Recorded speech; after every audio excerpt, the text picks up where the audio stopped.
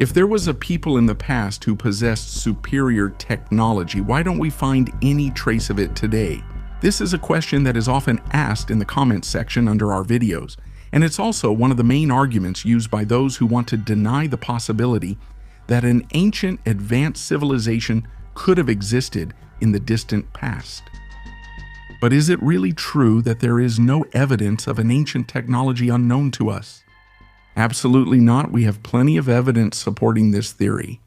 And the fact that they are dismissed superficially by official research, or that they are not taken into consideration, or that people try to explain these extraordinary findings with fanciful and illogical hypotheses, does not mean that this evidence does not exist.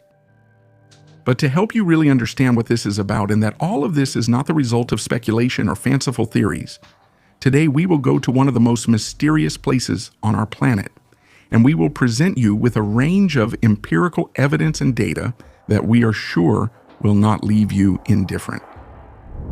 But before we set off on this fascinating journey, as always, we invite you to subscribe to the channel to support our work and to make sure you don't miss our new videos.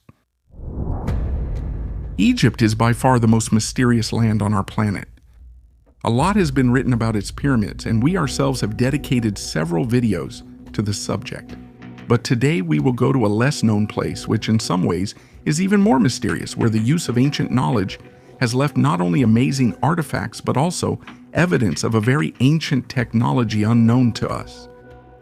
We are talking about the Serapeum of Saqqara, an archaeological complex located in the necropolis of Saqqara, about 30 kilometers south of Cairo. In 1851, the French archaeologist Auguste Mariette arrived in Egypt with the intention of studying ancient texts, but he was drawn by the account of Strabo, a Greek historian and geographer who described the presence of a temple dedicated to Serapis. During his research in Saqqara, Mariette accidentally came across the entrance to the Serapeum, which had been buried under the sand for centuries. Digging deeper, he discovered a vast complex of underground galleries containing enormous granite and basalt sarcophagi. The Serapeum is made up of a series of underground galleries, some of which are over 300 meters long. These galleries house 24 enormous sarcophagi. Each of them weighs between 60 and 100 tons. The sarcophagi are made of hard stone such as granite, basalt, and diorite, and are characterized by incredibly precise workmanship. The lids placed on top of the sarcophagi are also of impressive size, and they were made with a level of precision that has puzzled many scholars. According to historians, the Serapeum is an important testimony to the cult of the Apis bulls. The Apis were sacred bulls worshipped in ancient Egypt as earthly incarnations of the god Ptah, one of the main Egyptian gods associated with creation and the protection of craftsmen. The cult of the Apis was particularly important in Memphis, where it was believed that a single Apis bull was chosen to represent the god Ptah on earth. This bull was chosen for its particular physical characteristics, including a white triangle-shaped mark on its forehead and other distinctive markings on its body. Scholars have attributed the Serapeum to the cult of the Apis, since the size and complexity of the workmanship of what are presumed to be sarcophagi indicate that they were built to house something of great importance. To give you an idea of the size, we're talking about an object that's about 4 meters long, 2.5 meters wide, and 2.5 meters high, with a weight of around 100 tons. When the French explorer Auguste Mariette discovered the Serapeum, he found 23 sarcophagi, with the lids slightly open and empty inside. It was thought that the sarcophagi had been looted over the years, but incredibly, one of them still appeared to be sealed. The lid that closed the sarcophagus was enormous and extremely heavy. Mariette couldn't move it, so he decided to use dynamite to break it and gain access to the inside. The lid of the sarcophagus was then blown up, but to everyone's great surprise, this one also turned out to be empty.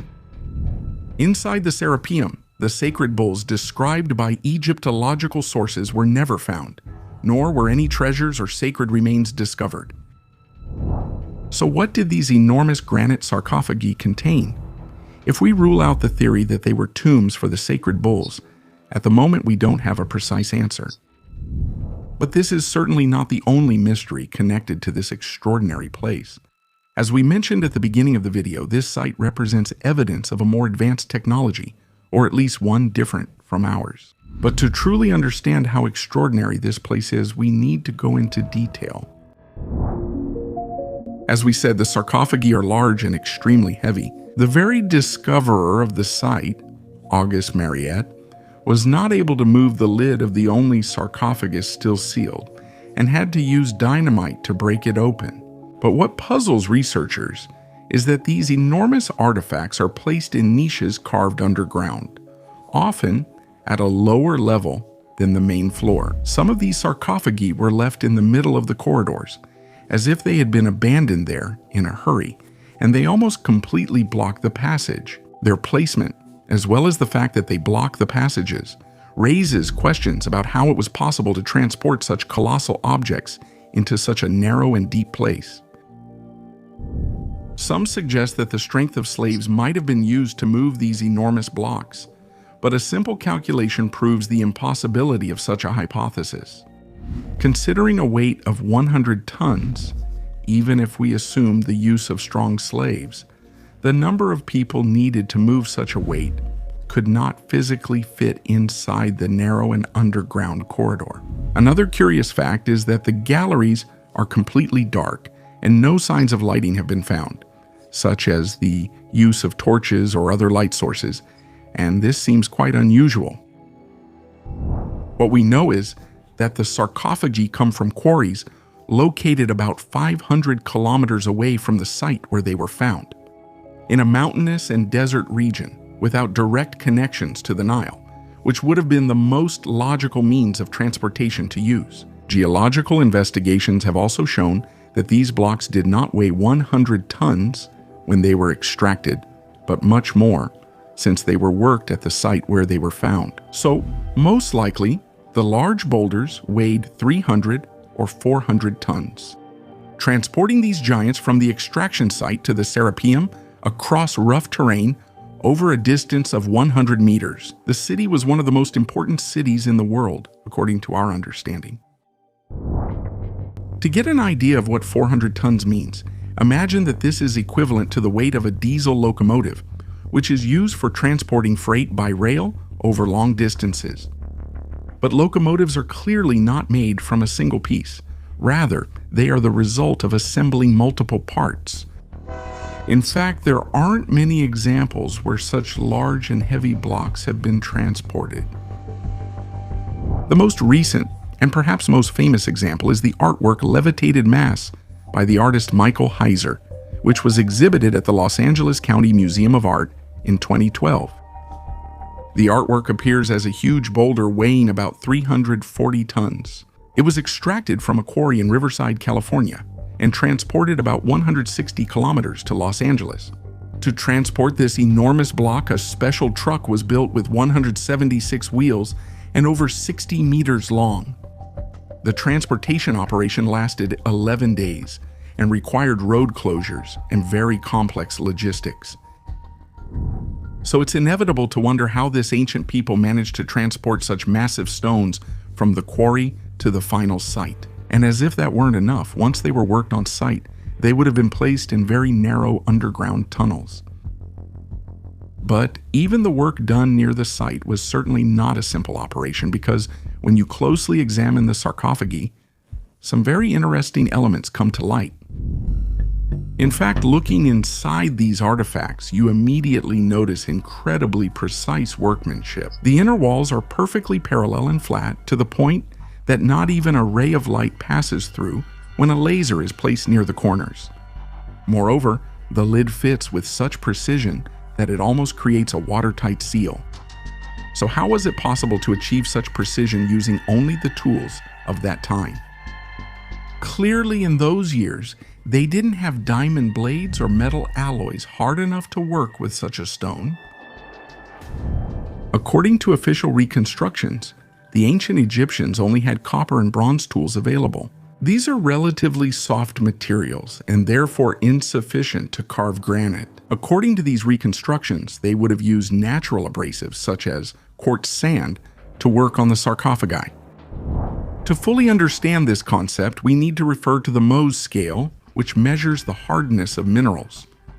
This scale classifies materials based on their ability to scratch other materials, and it goes from 1, where we find talc, up to 10, where we find diamond. Granite, which is the material the sarcophagi are made of, is placed between 6 and 7 on the Mohs scale, while copper is at number 3. It's important to remember that the Mohs scale is an ordinal scale, which means that diamond, which is at position 10, is not 10 times harder than talc, which is at position 1, but actually much more than that. The values are simply arranged in order of hardness. The scale arranges materials so that a material with a higher number can scratch a material with a lower number. So, between copper, which occupies the 3rd place on the scale, and granite, which is between the 6th and 7th positions, there is a huge difference in hardness that makes it impossible for copper to scratch or polish granite. Is it possible then that the ancient Egyptians were able to create artifacts with such precision using only abrasive sand to work granite? Another very interesting element concerns the interior of these sarcophagi. The interior, as we can see, appears polished, while the exterior appears to be made of a rougher rock. This element is very curious, because assuming these were sarcophagi in which bulls were placed, why do we find the interior polished? Shouldn't it be the opposite? Who would have seen the inside if these were closed? Actually, if we look closely at the inside of the sarcophagus, we see that it doesn't seem to have undergone normal smoothing, but something quite different. As we know, in fact, stone polishing is done by smoothing it, so by removing all the roughness from the stone. But by observing the details of the sarcophagus, we notice something unusual. At the point where the lid rests on top of the sarcophagus, a sort of streak seems to appear, as if a chemical agent had been used and then overflowed. But what is it? Is it this particular and mysterious process that has allowed the stone to maintain its shiny appearance, even after so many years? Modern smoothing, in fact, no matter how well done, is purely superficial and deteriorates quickly. Instead, the smoothing we find on the sarcophagi of the Serapeum seems to have penetrated deep into the stone itself, creating a layer of vitrification that protected it from the elements and the passage of time. Observing the Serapeum, there are many elements that don't add up and are difficult to explain. How were these enormous blocks of granite transported from the quarry to the place where they were found? How did they maneuver them in such tight spaces? How did they manage to work such a hard, durable material with such extraordinary precision? And finally, what were the granite sarcophagi used for? Were they ritual tombs or something else?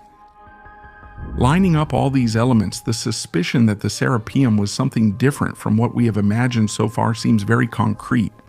But above all, the presence of a mysterious, unknown body of knowledge becomes clear. In fact, we do not know the true function of this place. We do not know either how or why those we call sarcophagi were placed in certain spots. And by analyzing the craftsmanship of these artifacts, it becomes clear that an unknown technology was used. The Serapeum of Saqqara is therefore proof of the existence of something alien, something that deserves to be studied and explored further, something that is connected to a shared body of knowledge that we find in various places around the planet and that cannot be ignored. A body of knowledge that reveals an understanding of physics unknown to us and an extraordinary ability to work with enormous stone blocks with a simplicity that can only leave us astonished. Fateci sapere. Let me know what you think about this extraordinary place, and if you haven't done it yet, subscribe to the channel to support our work and to not miss the next videos. Until the next story.